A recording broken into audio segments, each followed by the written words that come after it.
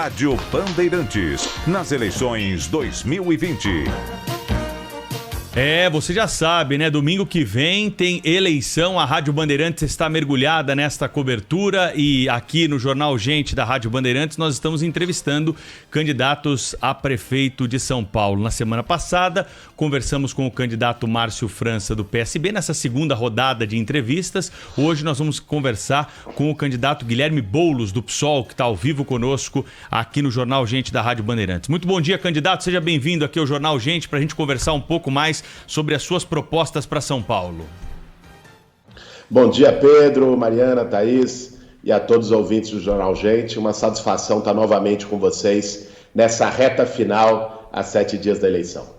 Candidato, um dos principais problemas da cidade de São Paulo é o problema da habitação. A gente tem falado muito aqui sobre a questão de moradores de rua, né, com os candidatos a prefeito de São Paulo, porque muita gente acabou perdendo emprego, perdendo renda, indo morar nas ruas de São Paulo. O senhor tem um histórico, né, ligado ao movimento de luta, né, pela questão de moradia. Inclusive, né, o ouvinte da Rádio Bandeirantes já ouviu o seu nome várias vezes aqui durante protestos que aconteceram, invasões de prédios públicos, né, que estavam desocupados e acabaram ocupados aí por moradores sem teto. O que o senhor tem a dizer para o eleitor de São Paulo? O que o senhor vai fazer para tentar melhorar essa questão da habitação aqui na cidade de São Paulo, principalmente para a população mais carente? Pedro, primeiro é inaceitável, é uma vergonha que a cidade mais rica da América Latina tem uma das maiores populações em situação de rua do mundo. São mais de 25 mil pessoas e ela aumentou 60% nos últimos 4 anos. Eu vou enfrentar esse problema de verdade, até porque, veja só a contradição, né? Nós temos 25 mil pessoas morando nas ruas e milhares de imóveis abandonados. É importante dizer, quando você falou aí de invasões, de ocupações, que a atuação que o movimento social fez ao longo da sua história foi justamente em imóveis que estavam abandonados há 20, 30 anos, não a casa de ninguém, imóveis que devem mais IPTU do que o valor de terreno, que estão em situação ilegal e que justamente, de acordo com a lei, com o Estatuto da Cidade e o Plano Diretor, já deveriam ter sido desapropriados.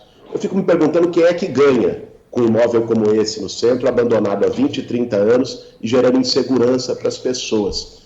Ele só não foi desapropriado, reformado e transformado em moradia social porque muitas vezes os prefeitos e vereadores que passam tiveram suas campanhas eleitorais financiadas pelas empreiteiras, por especuladores imobiliários, que são os donos desses imóveis. Eu não tenho rabo preso com essa gente. Então, o que eu vou fazer é justamente o que a lei determina, né? Pegar esses imóveis, desapropriar, reformar, fazer no térreo uma área comercial, mas garantir moradia para as pessoas. Em relação à população em situação de rua, é preciso ter uma medida emergencial. Os albergues, onde hoje são os espaços de acolhimento na cidade, são muito precários. Eu conheço eles. São espaços onde você amontoa gente, onde as pessoas não são tratadas com dignidade, onde você separa as famílias no meio, onde a pessoa não pode levar, às vezes, a carroça, que é seu único instrumento de trabalho para reciclagem. Nós vamos gradativamente substituir os albergues por casas solidárias, com presença de assistente social, de psicólogo, para que as pessoas sejam acolhidas. E garantir a porta de saída com frentes de trabalho, dar emprego, renda e dignidade para que as pessoas saiam da rua e possam viver bem, como merecem, na cidade mais rica do país. O candidato, deixa eu só pedir uma licença para minhas colegas aqui, né? A Bruna Barbosa está participando também da entrevista, mas eu acho importante também perguntar para o senhor sobre decisões judiciais, porque muitas dessas invasões, elas foram alvo de decisões judiciais que determinaram a Polícia Militar a retirada dessas pessoas desses prédios públicos. Guilherme Boulos, prefeito de São Paulo, vai respeitar a decisão judicial? Pedro, meu caro, um prefeito não tem nem a possibilidade, você sabe muito bem disso, de não cumprir uma decisão judicial. Agora, um prefeito tem sim a possibilidade de se antecipar e cumprir o papel da prefeitura, que é pegar um imóvel que está abandonado, desapropriá-lo e transformar em moradia popular. É isso que eu vou fazer. Candidato, queria perguntar para o senhor, se eleito prefeito, qual vai ser a sua relação com o MTST, movimento do qual o senhor participou e que promove ocupações em São Paulo. O senhor, como prefeito, teria que tipo de relacionamento com o movimento? Thaís, minha relação com todos os movimentos sociais e com a sociedade como um todo será com certeza de diálogo. Eu acredito que o movimento social é importante para a sociedade na reivindicação de direitos. Eu não sou daqueles que não aceita democracia, ou que só aceita democracia quando concordam com ele. Eu, a minha vida toda, nos últimos 20 anos, construí movimentos sociais, atuei para que o poder público tivesse ouvidos mais abertos para a sociedade. Seria uma completa incoerência da minha parte não atuar dessa forma estando no poder público. É assim que eu vou fazer, junto com a Luísa Erundina, a partir de 1º de janeiro do ano que vem. Agora, vocês estão insistindo nesse ponto, preciso reiterar então. Sim, as ocupações acontecem justamente porque falta política de habitação. Ninguém entra lá no imóvel porque quer, porque acha bonito. As pessoas fazem isso, e reitero aqui, em imóveis abandonados, porque falta essa política. No nosso governo vai ter essa política. Candidato, qual é a sua proposta para o problema que sempre é mencionado quando a gente discute a cidade de São Paulo, o problema da Cracolândia no centro? Mariana, obrigado pela pergunta. Esse é um tema chave, a cada 4 anos aparece um demagogo de plantão dizendo que vai acabar com a Cracolândia à base da pancada. O último que falou isso foi o João Dória. Ele ganhou a eleição e 4 anos depois a Cracolândia está ainda maior. Alguém acha de verdade que você vai resolver um problema de dependência química, de usuário de droga, jogando bomba de gás lacrimogênio nas pessoas? Alguém que foi para aquela situação justamente por uma combinação de miséria, de desemprego, de desespero, de falta de alternativa. O que você vai fazer é dar porrada nessas pessoas ou é criar formas de resgatar essas pessoas para a sociedade, para suas famílias? É isso que eu vou fazer. Então, o problema da Cracolândia envolve 3 dimensões. A primeira é a dimensão de saúde pública. Então, nós vamos criar um CAPS móvel, ter um amplo atendimento à saúde mental, com um programa de redução de danos, como funcionou em várias partes do mundo, em Lisboa, em Vancouver, utilizar esses modelos e fazer um programa de redução de danos para fazer com que essas pessoas saiam do vício no crack. Segundo problema da Cracolândia é também de população em situação de rua. Aquelas pessoas estão morando em barracas na calçada, no meio da rua. Então você tem que criar novamente as casas solidárias como espaço de acolhimento. E o terceiro, a porta de saída, são frentes de trabalho. Veja que as frentes de trabalho, ela é uma iniciativa que resolve 2 problemas. Você vai dar emprego, renda para uma pessoa com dignidade, e ao mesmo tempo você vai melhorar o cuidado com a cidade, que essas frentes de trabalho vão ser para a zeladoria, para melhorar as calçadas, não só há 2 meses da eleição, as ruas, para cuidar das praças, das áreas de lazer, limpeza de córrego para evitar enchente no período das chuvas. Então, você vai ao mesmo tempo gerar renda para as pessoas e melhorar o cuidado com a cidade. A Cracolândia você não vai resolver com bravata, você não vai resolver com demagogia, você vai resolver com um trabalho integrado de saúde, acolhimento de moradia e geração de renda. Candidato, bom dia. Bruna aqui, repórter da Rádio Bandeirantes. O senhor sempre teve uma atuação muito reconhecida pela defesa dos direitos das minorias, como estamos falando aqui. Mas se for eleito prefeito de São Paulo, o senhor não acha que isso seria uma contradição com a necessidade de governar para todos? Qual seria o equilíbrio? Como equalizar isso se o senhor vencer a prefeitura da maior cidade do país? Bruna, eu, como prefeito da cidade, tenho que governar para a cidade como um todo, mas, evidentemente, tendo prioridades. Assim, nós vivemos na cidade mais rica do continente, da América Latina, e uma das cidades mais desiguais do mundo. Você olha, Bruna, saiu recentemente um novo levantamento da Rede Nossa São Paulo. A expectativa de vida, a idade média ao morrer, em Moema e nos Jardins, é de 81 anos. Na cidade Tiradentes, no Jardim Ângela, aqui na Zona Sul, é de 57 anos. Como é que pode 24 anos de diferença de vida dentro de uma mesma cidade? Eu, como prefeito, vou inverter prioridades. Vou fazer com que o orçamento chegue na periferia com foco em creche, em geração de renda, com o programa Renda Solidária, com as frentes de trabalho nas subprefeituras, contratando a mão de obra local, com saúde pública, né, fortalecendo a contratação de médicos. Nós vamos abrir concurso público para médico já no início do governo, para atuar nas UBSs, UPAs, AMAs da periferia, né?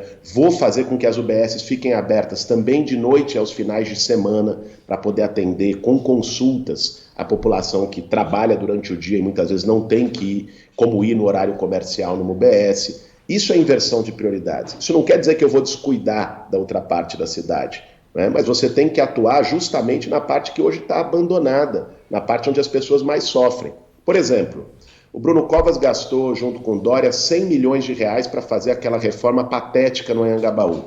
Por que não pegou esses 100 milhões de reais e canalizou córrego na periferia, né, e garantiu que não tivesse enchente, né, e fez moradia popular onde tem barraco, ou então abriu UBSs que hoje estão fechadas? Por que não fez isso? Eu vou fazer. Isso não significa não governar para a cidade, para todos os bairros e todas as regiões da cidade, mas significa ter prioridade e foco no combate às desigualdades. É isso que as pessoas podem esperar de mim. O candidato Guilherme Boulos está sendo entrevistado hoje aqui no Jornal Gente da Rádio Bandeirantes. Ele é candidato à Prefeitura de São Paulo. Queria tratar do tema educação.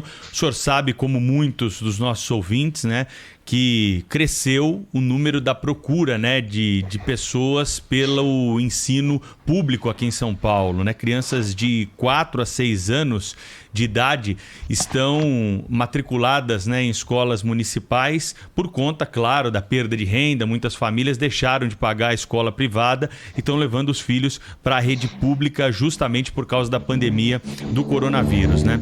Esse impacto é muito grande. Queria saber do senhor qual é a sua proposta, o que o senhor pretende fazer para absorver essa demanda e se o senhor descarta totalmente a ideia de parcerias público-privadas para esse setor da educação, se for eleito prefeito de São Paulo.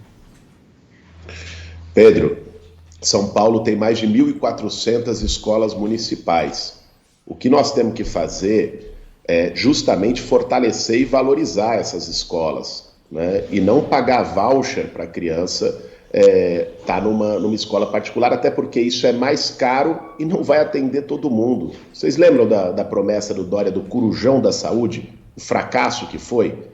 Que dizia que ia resolver o problema da fila de exames no SUS, botando as pessoas de madrugada nos hospitais privados. Simplesmente não funcionou, né? Foi mais uma demagogia eleitoral. Na educação também não funciona. O caminho para a gente poder garantir uma educação de qualidade no município de São Paulo para todos é você valorizar mais as escolas municipais, né, com Wi-Fi, biblioteca, laboratório de informática nessas escolas. Você ter valorização dos professores. Eu sou professor, dei aula no ensino público em São Paulo e sei o quanto o professor é desvalorizado por esses governos, né? Tem que começar por aí. Se você quer um serviço público de qualidade na ponta, precisa valorizar o servidor, não só o professor, mas todo o quadro de apoio nas escolas, né? E você abrir um debate, isso para mim é essencial, sobre o currículo na cidade. Por exemplo, eu acho que desde a sala de aula é preciso enfrentar um mal, uma chaga que existe na nossa sociedade e na nossa cidade, que é o racismo. Eu não sei se vocês sabem, há mais de 15 anos tem uma lei federal aprovada de ensino de cultura afro-brasileira nas escolas, justamente para fazer o enfrentamento ao racismo, enfrentar o bullying, enfim, construir uma sociedade com mais diversidade e mais democrática. Isso não foi implementado em São Paulo até hoje, né? Dinheiro para isso tem. Vamos aqui dizer o português claro, não só pelo Fundeb, o novo Fundeb aprovado vai trazer mais recursos para São Paulo, como porque tem que ter coragem de enfrentar os esquemas, né? Hoje, parte do orçamento de São Paulo é desviado para esquema com empreiteira, esquema com máfia de transporte, esquema com máfia de empresa de lixo, né? Nós não temos rabo preso, vamos enfrentar esses esquemas, sobra dinheiro para investir na educação básica, inclusive creche, que você não mencionou, nós temos uma fila da creche vergonhosa em São Paulo, sobra dinheiro para poder garantir a volta do transporte escolar gratuito, que é um compromisso também do nosso plano de governo, e para o investimento em todas as áreas sociais. É isso que eu vou fazer. Eu acredito que educação de qualidade passa pelo fortalecimento do ensino público. Candidato, eu queria, desculpa, Mariana, só voltar aqui rapidamente ao tema das invasões ou ocupações de imóveis, enfim, porque esse é o assunto que mais chama a atenção aqui dos nossos ouvintes nas muitas mensagens que a gente está recebendo. E a pergunta, fazendo um resumo aqui, que quase todos fazem, candidato, se eleito prefeito, de que forma o senhor vai lidar com ocupações? A sua participação nesses movimentos vai fazer com que o senhor apoie ocupações enquanto prefeito da cidade de São Paulo? Thaís, eu vou repetir aqui, diante da sua insistência, em vez de tratar os problemas de São Paulo, querer tratar das ocupações. Então eu vou repetir aqui. As ocupações, elas acontecem justamente por falta de política habitacional, né? O que faz uma pessoa ficar, às vezes, no chão de terra batida, dentro de um barraco de lona, não é a busca de nenhum privilégio, muito pelo contrário, é a completa falta de alternativa. É gente que teve que, no final do mês, escolher entre pagar aluguel ou botar comida na mesa. É gente que é humilhada, morando de favor na casa de alguém. No nosso governo vai ter uma política habitacional ousada para garantir que as pessoas tenham casa. Nesse sentido, o tema das ocupações não fica relevante, porque ele acontece justamente na ausência de política habitacional. E o que seria a política habitacional ousada, candidato? Vamos lá. Além do que eu já disse logo no início da nossa entrevista, que é a requalificação de imóveis que estão abandonados, não só no centro, mas em toda a cidade, reformá-los e transformá-los em moradia social, essa é uma forma, importante dizer, Thaís, de dar vida ao centro. Sabe por que o centro tem esse estado de abandono, o centro antigo da cidade? Justamente porque não tem gente morando. Veja que coisa. No centro chega de noite e ninguém mais circula lá. Então você levar pessoas para morar no centro é você levar a vida ao centro e ao mesmo tempo resolver o problema de moradia. E uma segunda linha que nós vamos fazer é retomar os mutirões que foram feitos no governo da Luiza Erundina, que é uma forma mais rápida, mais barata e com maior qualidade de fazer moradia popular. O que é o mutirão? A prefeitura entra com terreno, com material de construção e as pessoas constroem as suas próprias casas. Você sabe por que depois do governo da Erundina, o Maluf, quem veio depois, nunca mais recuperou os mutirões? Porque não dá dinheiro para a empreiteira. Porque as grandes empreiteiras não ganham. São as próprias pessoas que fazem as suas casas. Como eu não tenho compromisso com elas, eu não vou governar para a empreiteira, vou governar para as pessoas, nós vamos retomar os mutirões e vamos construir um recorde de moradia popular na história da cidade de São Paulo. Candidato, na última pesquisa, o crescimento do Gilmar Tato do PT acabou sendo identificado como que travou o seu avanço. O senhor vinha crescendo bastante, continuou com os 14%, o que o deixa tecnicamente empatado com outros dois candidatos, Márcio França e o Celso Russomano, do Republicanos, e Bruno Covas na frente. Para ir a um eventual segundo turno com Bruno Covas, que aparece com 28%, quase o dobro das intenções de voto dos outros candidatos, incluindo o senhor, o mais lógico seria que o senhor recebesse esses votos da esquerda, já que o PT não quis e não investiu numa aliança no primeiro turno. Como o senhor pode fazer para convencer o eleitor, já que o partido não quis fazer essa aliança, o eleitor ainda nesse primeiro turno a votar no senhor e não no candidato do PT? Mariana, sabe o que eu tenho sentido nas ruas?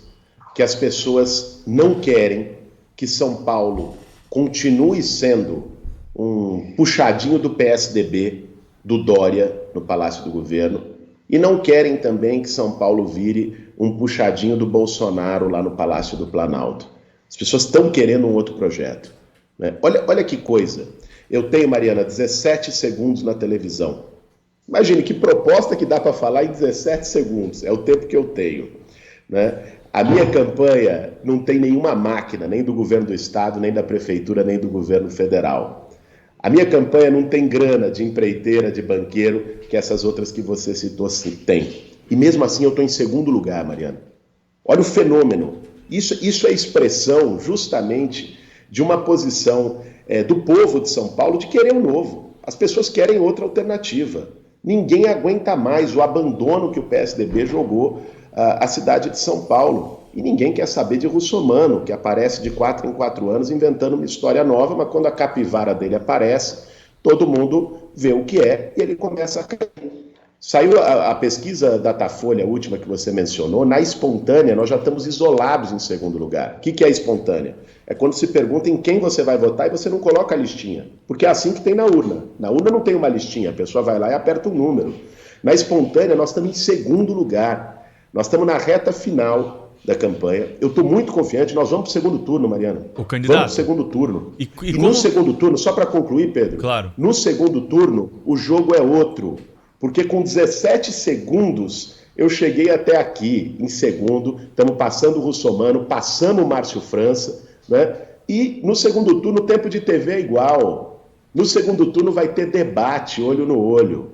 Então, eu estou muito convencido que essa onda de crescimento vai levar a nossa vitória em São Paulo. Isso vai ser o início da derrota desse projeto do atraso e antidemocrático no país. Por falar em tempo, nosso tempo também está acabando, mas eu preciso perguntar como é que vai ser a sua relação, né, caso eleito prefeito de São Paulo, com o presidente da República, Jair Bolsonaro, e com o governador de São Paulo, João Dória.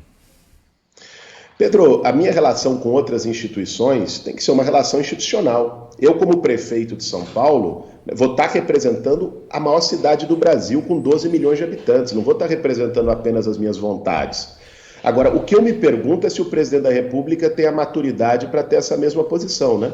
Porque ele briga até com os ministros dele, ele briga com o presidente da Câmara, com o presidente do Senado, queria prender os ministros do Supremo.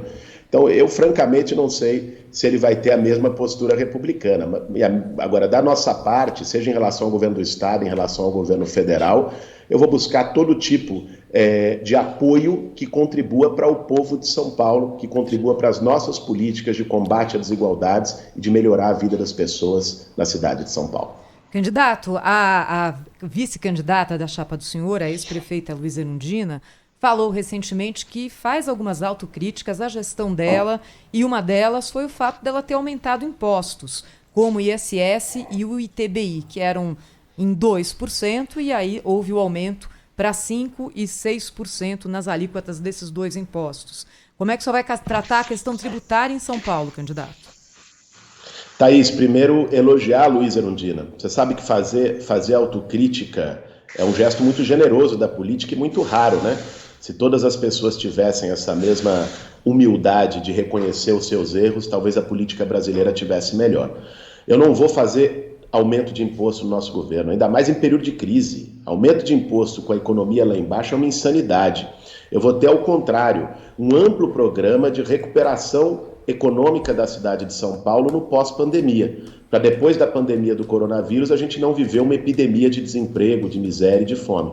Isso vai estar baseado no programa Renda Solidária, que eu já falei aqui, garantindo o combate à extrema pobreza e aquecendo a economia local. Se você chega com 200, 400 reais para uma pessoa que está lá no fundão do Grajaú, de Guaianazes ou da Brasilândia, essa pessoa vai gastar isso no mercadinho, na padaria, na farmácia do bairro. Isso vai aquecer o comércio local, vai gerar mais contratações e mais empregos. Isso é o efeito multiplicador econômico. Ao mesmo tempo, com as frentes de trabalho, o que nós vamos fazer é, na cidade de São Paulo, sair da crise, sair dessa inação, dessa apatia que o governo do Dória e do Bruno Covas colocaram no poder público. Olha que loucura, né? Nós estamos na maior crise da nossa história e tem 19 bilhões de reais parados no caixa da prefeitura. Poderiam ter virado médicos, UBSs, respiradores, ter salvado vidas. Poderia já ter virado um programa de renda solidária para poder garantir que as pessoas não estivessem na miséria, revirando o lixo para poder comer. Nós vamos fazer justamente isso. Candidato, última pergunta para a gente finalizar aqui a entrevista. Uma das maiores preocupações de quem mora em São Paulo é em relação à segurança pública. É claro que essa é uma atribuição muito maior do governo do estado, mas eu queria saber quais que são as suas propostas. Como que você acha que deve ser a atuação municipal para a segurança da capital? Bruna, eu estava outro dia lá num encontro com mulheres na Brasilândia, conversando e escutando elas sobre o problema do bairro. E uma senhora estava ali colocando que ela tinha sido assaltada esses dias às 6 horas da manhã, indo para o ponto de ônibus para trabalhar, e tinham roubado o celular dela. E depois, nessa mesma fala que ela fez, ela disse que todo dia, quando chegava no início da tarde, o coração dela apertava, porque ela sabia que o filho dela tinha saído da escola e estava na rua, e a gente sabia muito bem o que estava acontecendo com jovens negros, como o filho dela, nas ruas da cidade, sobretudo, inclusive, pela polícia.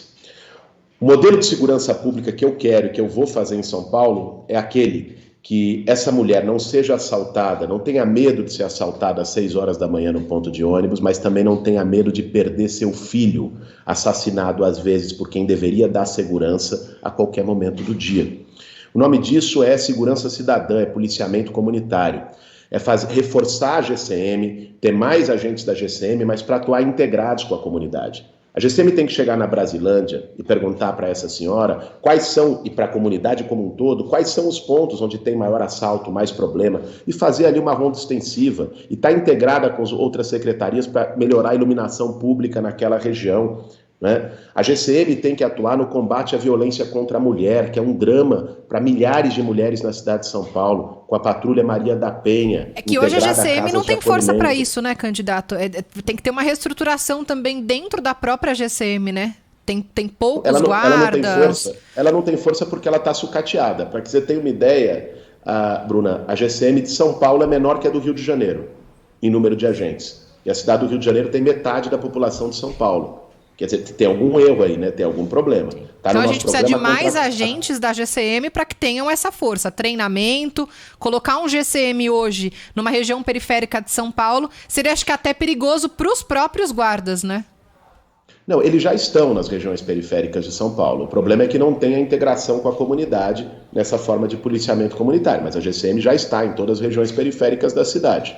Mas nós precisamos efetivamente aumentar o número de guardas. A nossa proposta é a contratação já em 2021 de 2.000 novos guardas, sendo treinados nessa lógica de policiamento comunitário, de segurança cidadã. Né? Uma GCM que não vai reproduzir a violência na comunidade, mas que vai atuar de forma integrada para dar segurança para as pessoas. Esse é o exemplo de segurança que deu certo na maior parte do mundo. São Paulo pode ser vanguarda de um novo modelo de segurança também no Brasil. Candidato Guilherme Boulos do PSOL, obrigado pela entrevista aqui no Jornal Gente da Rádio Bandeirantes. Voltaremos aí a manter contato durante a cobertura dessa reta final das eleições. Até uma próxima.